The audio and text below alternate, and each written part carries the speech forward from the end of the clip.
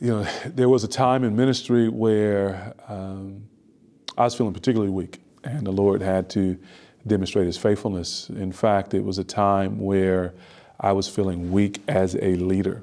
Didn't feel like I had the giftings to take the church through a set of conflicts and a set of theological and practical differences that I couldn't see a way through.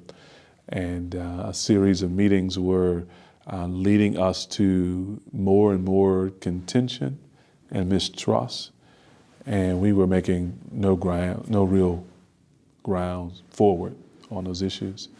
And I remember going home one night after an elders meeting and being really discouraged. And it had been so many meetings where I'd come home that way that my wife had learned to sort of wait up for me to see how I was doing, to read me.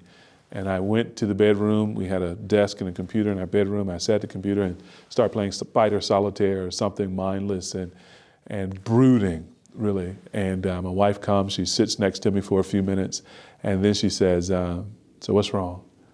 And I had not realized that I had been thinking it until the words came out of my mouth. I said, "I don't think I'm cut out for this. I think I need to go back to the policy think tank world that I've been in, call my old boss and see if I can get my job back and just leave the ministry." And she sat with that for about a minute, and I knew I was in trouble when she started stroking her chin. And she says, "Nope, you're wrong.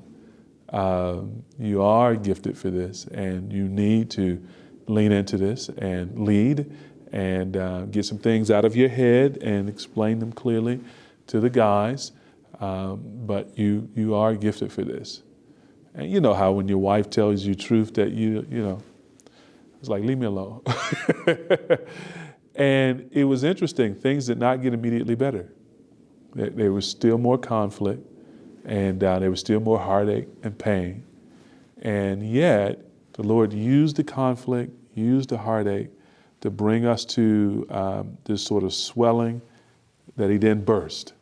And it was in the bursting of all of that that the Lord began to prove just how faithfully He had been working in the hearts of other people around me, and just how faithfully He had been sowing in the congregation an understanding of His word, and an understanding of their calling and our mission together, and just began to prove that in my weakness He's strong, and I should boast in my weakness so that His power would abide on me.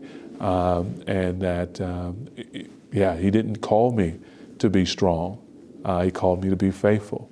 And He was demonstrating that even when I was faithless in some ways, He was faithful still.